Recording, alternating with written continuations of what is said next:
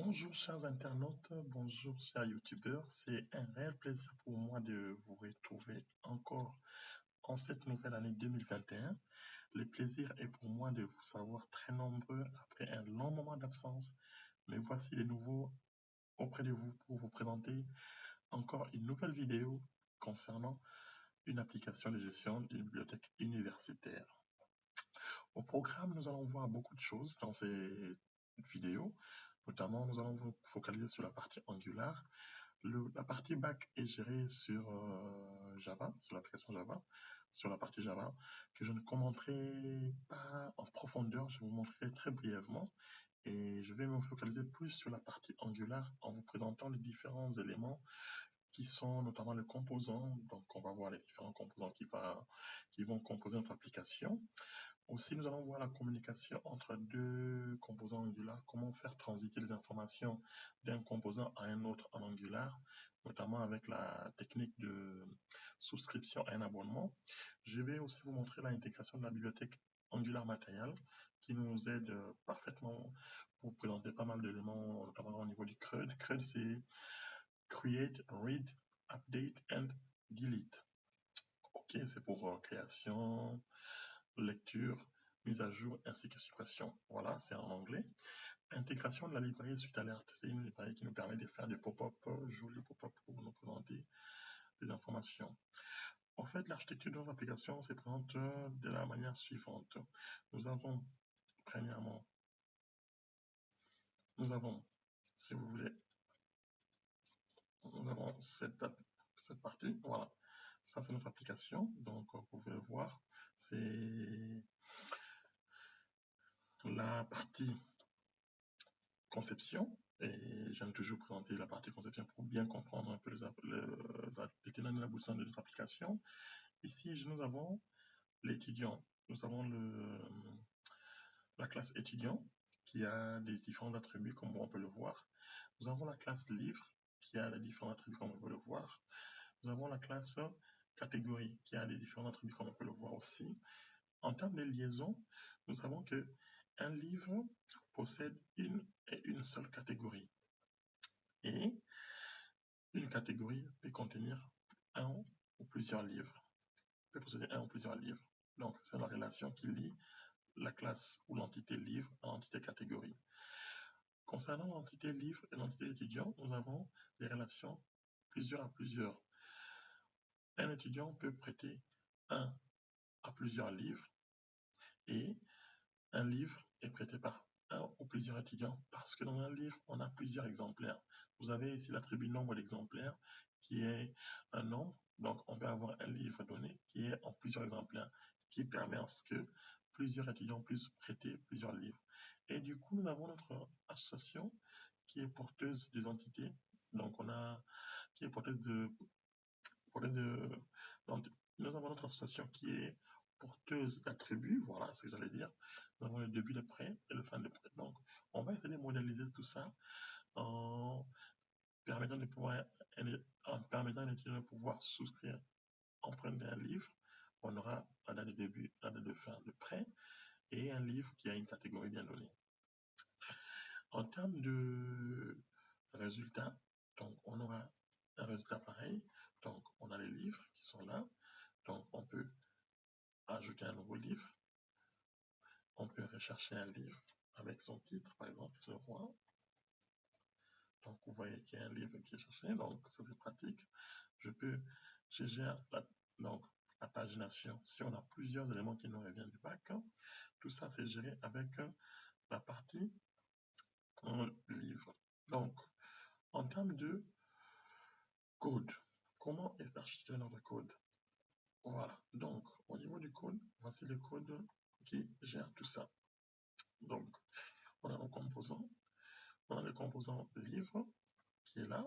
Donc, ici, vous voyez, vous avez la liste de tous les livres qui sont au niveau de notre base de données. Donc, si je me connecte, je vais au niveau de la bibliothèque et je regarde dans livres. Donc, vous avez tous les livres. Donc, ils sont présentés là. Nous avons tous les livres qui sont là. Et nous avons pour un livre, on a ce titre, on a l'auteur, on a l'ISBN, on a la date d'enregistrement, on a la date de publication, ainsi que les différentes actions. Donc, ça c'est le composant qui nous permet de gérer tous ces composants livre que j'ai créé ici, book list. Voilà, c'est ce composant ici qui nous permet de pouvoir voir toute la liste de nos livres. Donc, c'est un composant. Donc, comme toujours, hein, pour faire un nouveau composant, on fait ng, g, c pour component et nom du composant, nom composant. Voilà, c'est comme ça qu'on le fait. Du coup, j'ai créé un composant livre, book list, qui nous permet d'afficher cette liste des livres. D'accord. Et vous voyez que mon tableau ici, c'est un tableau qui a été ajouté, c'est un tableau qui est géré, c'est Angular Material. Je vous ai parlé de la librairie Angular Material dans le début du cours que nous allons voir, que c'était, voilà, on va Angular Material. Comment on gère, comment on intègre Angular Material dans un projet? Donc, je vous donne le site, parce que vous vous rendez sur ce site, et une fois que vous êtes sur ce site, c'est angularmaterial.io. Donc, angularmaterial.io. Une fois que vous êtes sur ce site, c'est plus pratique pour vous après de switcher sur différents composants de la librairie Angular. Voilà. Vous avez donc, c'est lui. On est aujourd'hui dans la version 11.1.1. Donc, avec Angular, notamment, il y a plein de composants. Et vous allez en component, il y a plein de composants ici. Notamment, nous, ici, on a le composant table. Voilà. Donc, voilà. C'est lui qu'on a géré ici, notre application. Voilà, le composant table qu'on a géré ici. Donc, dans Booklist Component, la partie HTML, c'est la table matériel qu'on a pu gérer, elle est là. Comment l'intégrer dans notre projet? Donc, une fois que vous avez, donc, première chose, pour l'intégrer dans le projet, vous faites ng add Angular Material. Il va télécharger l'application, il va télécharger Angular Material dans l'application. Une fois que c'est fait, vous vous rendez au niveau du style, au niveau du fil. Donc, une fois que l'application est téléchargée, vous vous rendez au niveau du fichier angular.json de votre projet. Je vous le montre. Le fichier angular.json, il est là. Le fichier angular.json.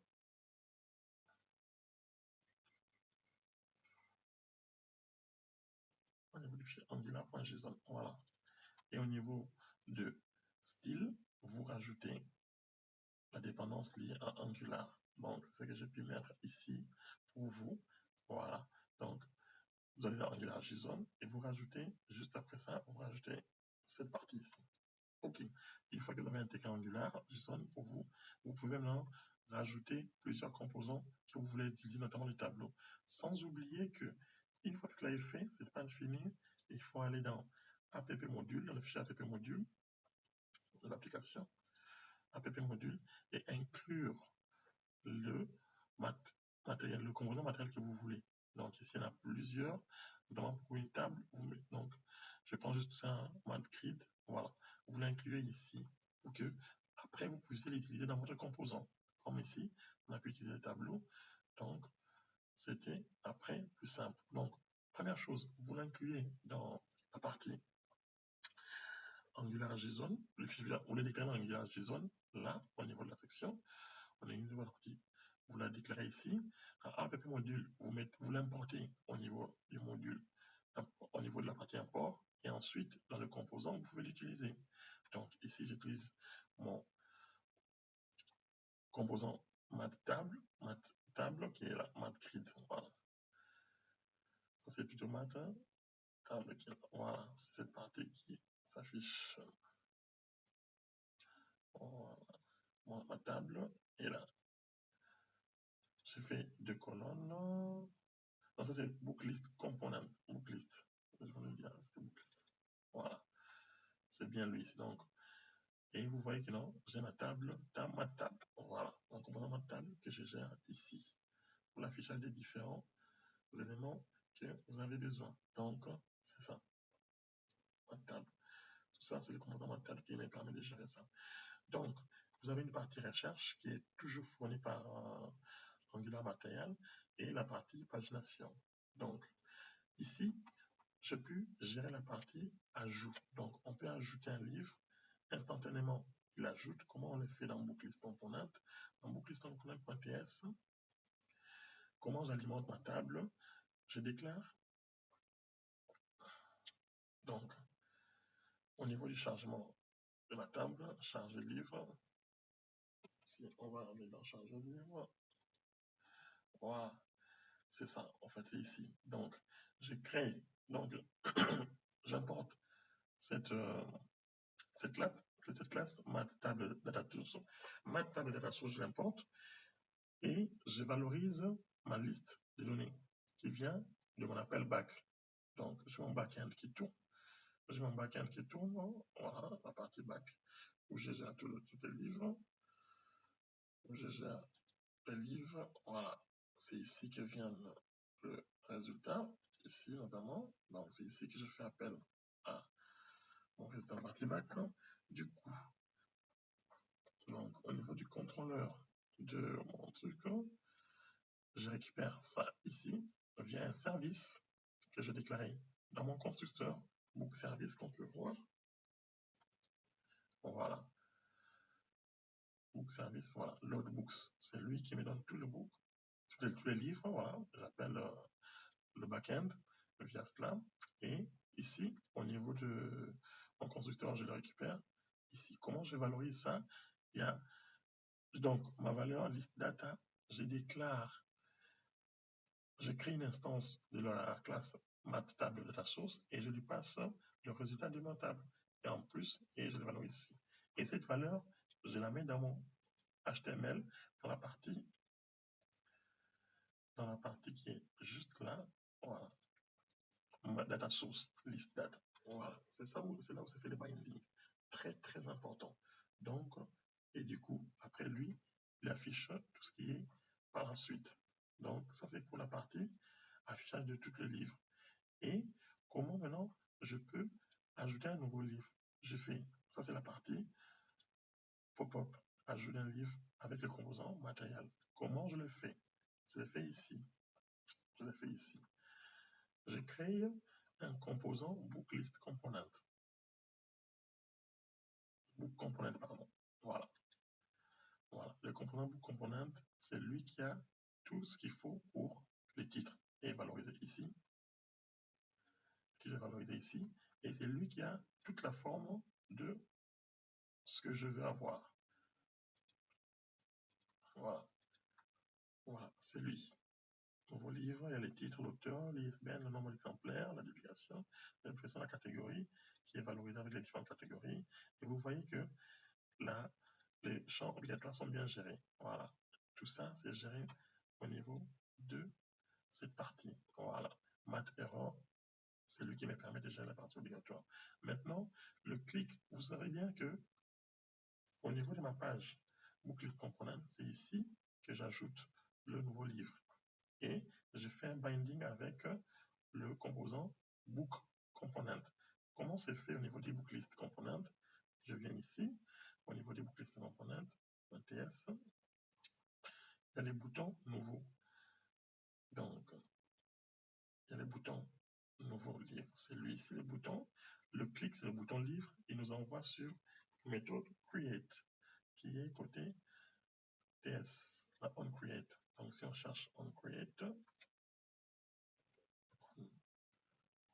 voilà. onCreate ici, qu'est-ce qu'il fait? Il initialise le formulaire que vous avez vu dans Book Component. Ensuite, il crée une instance de la classe Math Dialog Config. C'est cet objet ou cette classe qui est gérée côté Angular Material qui nous permet d'avoir des boîtes de dialogue de cette manière-ci. Voilà, Math Config, c'est lui. Et là, après, je n'ai qu'à paramétrer, voilà, la fermeture et la largeur. Et après, je fais un open. Pour le faire open, je fais appel à mon composant Book Component. C'est là où je le lis. C'est ici que je fais le lien. Le Book Component. C'est ici que je fais le lien pour Book Component. Une fois que tu fait ici le lien, n'oubliez pas dans AP Module aussi app module, il faudra les déclarer de cette manière ici. Il faudra faire entre component ou component pour que ça puisse s'afficher comme étant une pop-up. Voilà. Et ces trois choses réalisées, vous avez votre pop-up et on peut ajouter les livres. Une fois que le livre est ajouté, je vais me rendre à la dernière page. Voilà, ici, pour voir l'ajout d'un nouveau livre.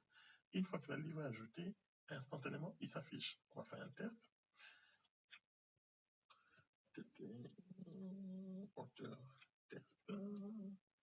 SBN, je fais faire. Il y a 150, 123 exemplaires. Il sera publié le 16. Et la catégorie, c'est informatique. Et vous allez voir, il faut que je clique, il va s'ajouter instantanément. Envoyé. Et le livre est ajouté. Ça, la gestion automatique de l'ajout d'un livre, c'est, voilà, ici nous sommes au niveau de la communication, ici nous sommes au niveau du composant booklist component et j'ai ajouté instantanément un book component. Comment je l'ai fait? C'est cette partie que je vous ai dit ici, dans mon cours, c'est la partie communication entre deux composants. Là, on a vu qu'on pouvait communiquer entre le composant booklist qui affiche tous nos livres de la base de données avec un book component que je peux ajouter ici. Comment je l'ai pu faire? C'est grâce à la méthode qu'on appelle la souscription à un abonnement. Comment ça se fait? Pour souscrire à un abonnement, comment on le fait? Pour gérer deux composants. Donc, vous allez avoir un service où vous allez déclarer un élément. C'est ici que ça se gère. Je déclare un objet subject de type any pour créer un sujet et j'ai deux méthodes qui vont me permettre de pouvoir faire le lien. J'ai une méthode sendUpdate où je vais passer un message et j'ai une méthode getUpdate qui va récupérer le message. Donc, c'est le composant qui va mettre à jour le message et c'est lui qui va le récupérer. Moi, je suis au niveau, donc ça c'est le récepteur et l'émetteur. Le récepteur pour moi c'est booklist, c'est lui qui reçoit. Quand je viens ici, c'est booklist qui reçoit les book components. Donc c'est lui le récepteur. Donc il va faire appel à getUpdate. Il va faire appel à ce getUpdate. Il va souscrire à l'abonnement de getUpdate. Et sendUpdate, c'est lui qui va pouvoir envoyer. Donc dans book component, qu'est-ce que je fais? Dans mon composant book component, qu'est-ce que je fais? Quand je crée un livre, voilà, quand je crée un livre, je fais appel à mon service et je fais un sendUpdate. Je fais un send, comme on a vu tout à l'heure dans le service. Le sendUpdate est fait par le composant émetteur. Émetteur, c'est l'émetteur. Donc l'émetteur, c'est book component, c'est lui qui fait le sendUpdate. Il fait le sendUpdate pour avertir au booklist que non, j'ai aimé un événement. Et le booklist va faire ce qu'on appelle la souscription, donc le chargement du livre. Une fois que je charge le livre, avant de l'afficher, vous allez voir ici, voilà, dans mon constructeur, à l'initialisation, avant de charger les livres, voilà, j'ai souscrit un abonnement. Voilà, j'ai souscrit un abonnement, voilà, et j'ai souscrit à mon abonnement ici avec getUpdate et après je charge les livres afin que je puisse réactualiser, rafraîchir ma liste. Sinon, je ne pourrais pas avoir la liste rafraîchie automatiquement. Donc c'est comme ça qu'on gère la partie composant en Angular, la gestion de la communication entre le composant en Angular. C'est comme ça que c'est fait entre les deux. Dans la prochaine vidéo, je vais vous montrer maintenant comment on fait la mise à jour ici et aussi comment on fait la suppression avec ces composants qui s'appellent suite alerte. Donc, je vais vous montrer ça dans une prochaine vidéo pour que vous puissiez voir cette partie, comment on intègre la librairie suite alerte et aussi comment faire pour qu'on puisse avoir notre partie, la mise à jour de ces. En tout cas, je vous dis merci pour cette vidéo et j'espère que ça vous a plu. Ce n'est que le début. On verra comment faire, comment ajouter le livre, le prêt, comment gérer la recherche, comment qu'un client peut faire ses prêts, comment l'administrateur peut racheter de nouveaux livres, ainsi de suite. Donc, il y a plein de choses à voir. Merci beaucoup et à très, très, très vite. À tout à l'heure. Au revoir.